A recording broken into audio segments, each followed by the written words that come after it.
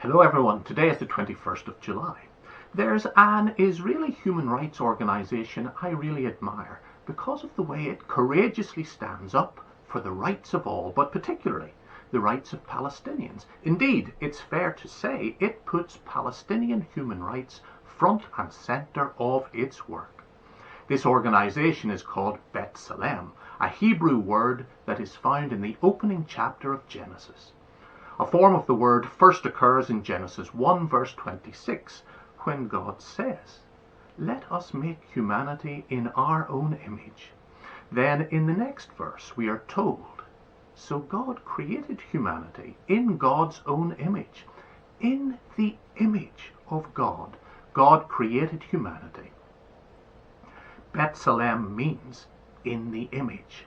So from the outset, the story of the Bible, with all its twists and turns, its drama and long history, reinforces that somehow, through everything that happens, we are all marked with a trace of the divine, no matter who we are, no matter what. In its name, B'Tselem picks up on that idea.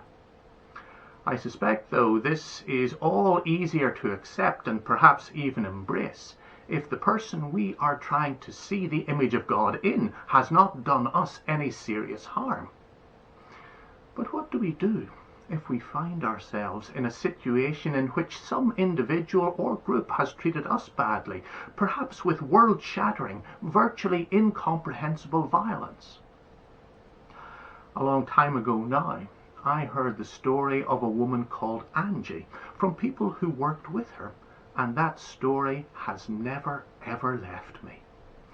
She spent many years as a missionary in what was then called Zaire, what has now been renamed as the Democratic Republic of Congo.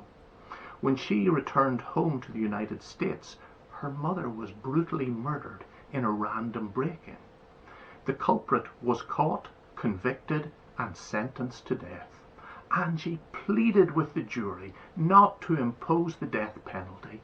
Through her grief and tears, she was able to see the young man who had wounded her so terribly as a fellow human being, someone who was still made in the image of God. The judge in the case tried to keep her quiet, and when that didn't work, he had her removed from proceedings. He, the court system, and wider society found her attitude and advocacy beyond them. Many of us might be on the same page if anything similar happened to us. Yet, if the assertion that everybody is made in the image of God is true, it is as true for people who have hurt us as it is for people we can relate to more positively and easily. To see a common humanity, never mind a tattered remnant of the divine, in absolutely everybody can involve a hard journey, sometimes a desperately hard one. But it is a journey the Bible challenges us to be on. This capacity to look at those we are alienated from, those who are different to us, those we are viscerally opposed to, those who historically may have attacked and injured us or our community, and still see something of the image of God, is a big part of the start of the journey of reconciliation and a key to open many doors along the way. It's the journey B'Tselem is on in its conflicted context. Deep down, despite the many difficulties, it's the journey we need to be on in our own context, especially for people of faith and goodwill. For as Paul reminds us, God has entrusted to us the message of reconciliation. Before I go today, I want to thank everyone who has helped out or offered to help out in whatever way during this period when we have had to self-isolate. It is really appreciated and a sign of the great community we are a part of.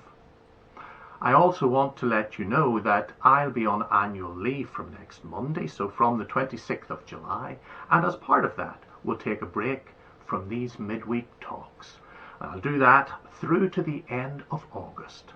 But for now, remember that everyone is made in the image of God, and be on your own journey of reconciliation, whatever form that takes and wherever it leads you. God bless.